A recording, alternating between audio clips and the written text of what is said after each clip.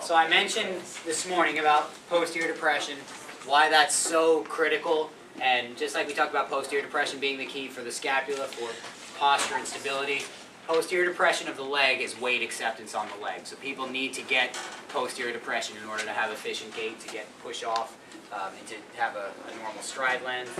So again, key for a lot of different patients, posterior depression. I also mentioned that pretty much in almost all cases you want to be skin on skin. Posterior depression of the pelvis is the one time you're not going to be skin on skin, and you'll see why. Okay, so if I'm going to take you through and I'm going to show you, so same pattern, same rhythmic initiation, all that's the same. So if here's my anterior elevation, here's my posterior depression.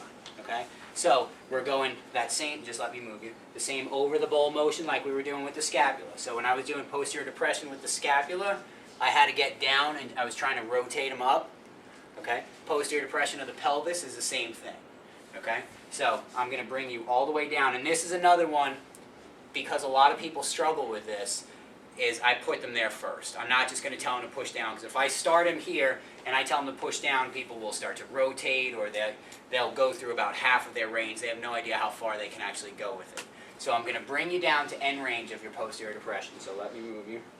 And I'm going to bring you down here. Now, feel how I've got you all the way down here. I want you to keep it here. And what I'm going to do is I'm going to take my carpal ridge of my wrist as I bring him down here, and I'm going to get on the medial aspect of his ischial tube. So you got to get up close and personal right here, and I'm going to be right on here. And I'll usually go my two hands together, and I'm trying to pick him up this way. So I want you to hold here. Don't let me move you. And he's trying to sit back down into my hands. Okay, so I get those muscles kicking in. All right, here's a little brain teaser for you. Which muscles do you think are doing this? What's he working right now? This stumps everybody. What's he working to do posterior depression? Okay, let it relax for a second. What's he working? What pushes him down into this direction? Yes, on the opposite side. I always hear glutes, hamstrings. There's no muscle that attaches from here to here that pulls him down this way. So what that means is when I'm in posterior depression on one side, like with gait, I'm in anterior elevation on the other side. Okay, so when I'm working his posterior depressors here, I'm working his anterior elevators on this side. Okay, so I bring them all the way down here. And again, I want you to hold it here. Don't let me move you.